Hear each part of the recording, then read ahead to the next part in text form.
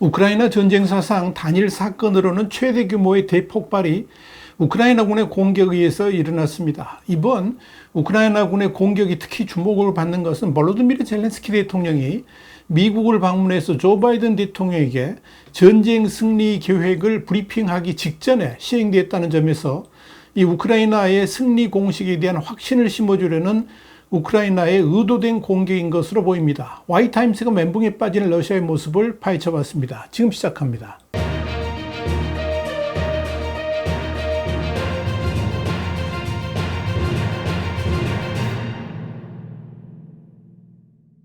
워싱턴 포스트는 19일 우크라이나 보안국이 국방정보국 그리고 특수작전군이 이날 공동작전을 통해서 드론으로 트베리 지역의 토로페치에 있는 러시아 미사일 무기고를 공격했다 그러면서 이 무기고에는 S-300 및 S-400 방공 시스템, 또 이스칸데르 미사일, 토치카-U 미사일 등과 포병 탄약, 활강 폭탄, 그리고 그라드 다연장 로켓 발사대 시스템용 미사일, 또 북한이 보내온 KN-23 탄도 미사일 등이 보관돼 있었다라고 보도를 했습니다. 워싱턴 포스트는 이어서 이번 작전에 100대 이상의 가미가제, 그러니까 자폭 드론이 투입되었다라고 전했습니다. 이와 관련해 BBC는 약 3천만 파운드, 그러니까 약 524억 원의 가치가 있는 무기고가 일련의 폭발로 인해서 사라진 것으로 보인다라고 추정을 했습니다. 이들 언론들에 따르면 이번에 우크라이나에 의해서 폭격을 당한 트베리 지역의 토로페츠 러시아 군 기지는 이 러시아 수도 모스크바에서 서쪽으로 약 380km 떨어져 있습니다. 그런데 러시아 국영 언론인 로시스카야 가제타는 앞서서 이 무기고가 미사일, 탄약, 폭발물 저장 시스템 개선 프로그램의 일환으로 2015년에 36억 루블, 그러니까 한 518억 원을 들여서 지어졌다라고 보도한 바 있습니다. 또한 드미트리 불가코프 전 국방부 차관은 지난 2018년에 이 시설이 미사일과 소규모 핵 공격에도 견딜 수 있다라고 말한 바 있습니다. 불가코프 전 국방부 차관은 이 무기고의 건설을 책임졌던 자로 나중에 뇌물수뢰 및 부패 혐의로 체포되어 당국의 조사를 받고 있습니다. 타스 통신도 이 무기고는 미사일과 탄약 비축량을 외부 충격으로부터 보호하고 폭발 및 화재 안전성을 보장할 수 있다 그러면서 무기고의 각 저장 시설의 전체 하중은 최대 240톤에 달한다라고 보도한 바 있습니다. 그러나 우크라이나의 드론 공격에 맥없이 당해버린 것입니다. 토로페치 러시아 군기지의 대폭발은 러시아에게 엄청난 충격을 줄 것으로 보입니다. 일단 소셜미디어에서 확산된 영상에는 대규모 폭발이 잇따르는 장면이 그대로 담겨 있습니다. 심지어 이 폭발이 우주에서도 관찰될 수 있을 만큼 큰 불덩어리가 솟아오르면서 나사 인공위성에 포착이 되었고 강렬한 폭발과 진동으로 지진 감지기까지 작동됐습니다. 이와 관련해서 노르웨이의 지진 관측 기관인 노르사르는 폭발로 인해서 이 지역에 규모 3.2의 지진이 기록됐다라고 밝혔습니다. 이 공격으로 6km에 달하는 지역이 화재로 뒤덮였다는 보도도 나왔습니다. 이런 측면에서 미국의 시사주간지 뉴스위크는 19일 러시아 트베르 지역의 탄약고에서 발생한 대폭발은 우크라이나 전쟁 사상 최대 규모의 대사건이다, 이렇게 보도를 한 겁니다. 여기에 대해서 우크라이나 내무부 고문인 안톤 게라슈첸코는 폭발이 1.3에서 1.8킬로톤의 TNT에 해당되며 폭발 파장이 최대 200마일, 그러니까 320km까지 퍼졌다는 보고가 있다, 이렇게 X에 게시를 했습니다. 캘리포니아 몬터레이에 있는 미들버리 국제학연구소의 조지 윌리엄 허버트도 로이터 통신에 폭발 규모가 200에서 240톤의 고폭탄이 폭발한 것과 일치한다라고 추정했습니다. 폭발의 규모가 워낙 크기 때문에 19일 현재까지도 여전히 화재는 계속되고 있고 잔여 폭탄의 폭발도 이어지고 있는 것으로 보입니다. 여기에 대해서 익명을 요청한 우크라이나 보안국 소식통은 키우 인디펜던트에 우크라이나 드론이 모스크바의 전쟁 기계가 사용하는 주요 미사일 및 포병 부서의 대형 무기고를 지구상에서 쓸어버렸다라고 말했습니다. 이 관계자는 이어서 우크라이나가 적의 미사일 잠재력을 체계적으로 감소시키려는 시도의 일환이라 그러면서 다른 러시아 군사시설에 대한 유사한 공격이 계획되어 있다라고 덧붙였습니다. 그런데 이렇게 모든 것이 명약관한데도 러시아는 토로페츠 러시아 군 기지의 대폭발 사실을 은폐하거나 축소하려고 하고 있습니다. 이고르 루데냐 트베르주 주지사는 텔레그램을 통해서 반공군이 적군 공격을 격퇴하는 동안에 드론 파편이 떨어져 트베리 지역 토로페치에서 화재가 발생했다 그러면서 상황이 통제되고 있다 이렇게만 밝혔습니다. 이후 시간이 좀 지나서 루데나 주지사는 이번 사고로 주민 일부가 대피했다 하는 말을 덧붙였습니다. 러시아 국방부도 하룻밤 사이에 5개 지역에서 우크라이나군이 발사한 드론 54대가 격추되었다고 밝혔지만 정작 엄청난 피해를 본 트베르는 언급하지를 않았습니다. 그러나 실제로는 1만 명 이상의 주민이 거주하고 있는 토로페치 일부 지역에 대피령이 내려졌고 화재를 진압하는 동안에 학교와 유치원이 문을 닫은 것으로 알려졌습니다.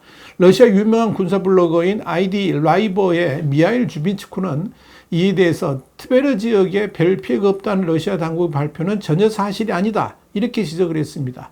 그는 130만 명의 파울로를 보유하고 있습니다. 그럼에도 러시아가 이렇게 은폐 또는 대대적인 축소를 하려는 것은 그만큼 이 토로페츠 러시아 군기지의 대폭발 사건이 러시아 내부에 주는 충격이 크기 때문인 것으로 보입니다. 눈여겨볼 것은 토로페츠 러시아 군기지의 대폭발 사건이 젤렌스키 대통령이 방미를 앞두고 시행되었다는 점입니다.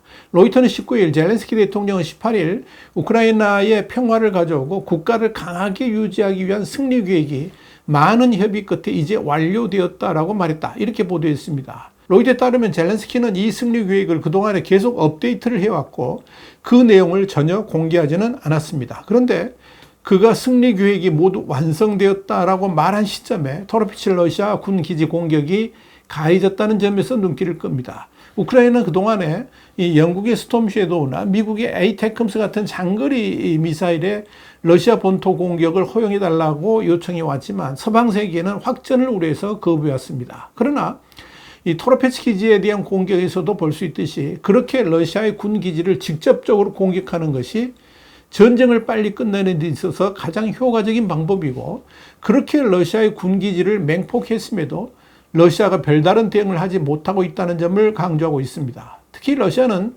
지금 우크라이나의 겨울에 에너지를 사용할 수 없게끔 에너지 시설들에 대해서 집중적으로 공격을 가하고 있는 상황이라서 우크라이나가 그런 공격을 하는 러시아의 기지들을 직접 공격해야 한다는 점을 중점적으로 부각시키고 있습니다.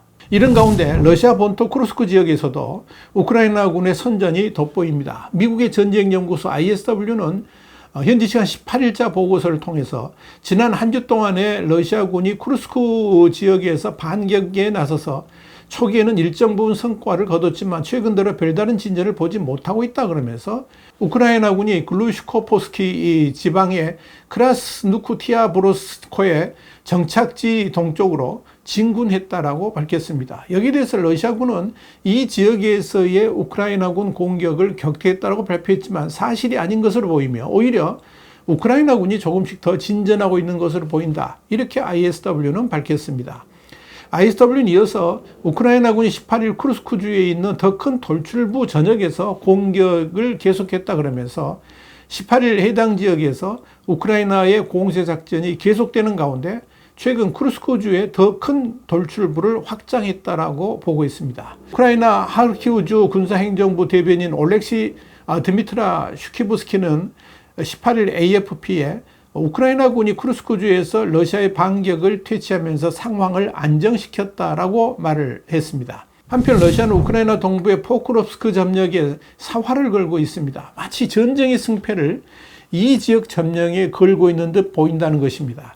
영국의 가디언은 19일 러시아군은 수개월간의 느리고 잔혹한 진격 끝에 물류기지이자 운송허브인 포크롭스크에 직결하고 있다 그러면서 포크롭스크는 우크라이나 군대의 물류기지이자 주요 교통중심지로 이곳이 없다면 키이우는 병력과 식량 탄약을 과도하게 확장된 전선의 다른 지역, 예를 들면 동쪽에 전투가 벌어지고 있는 도시 토레츠크와 남쪽의 쿠라우베로 이동하는데 어려움을 겪게 될 것이다. 이렇게 전했습니다. 그래서 이 도시의 운명은 도네츠크주 전체 운명과 맞물려 있다는 것이 가디언의 진단입니다.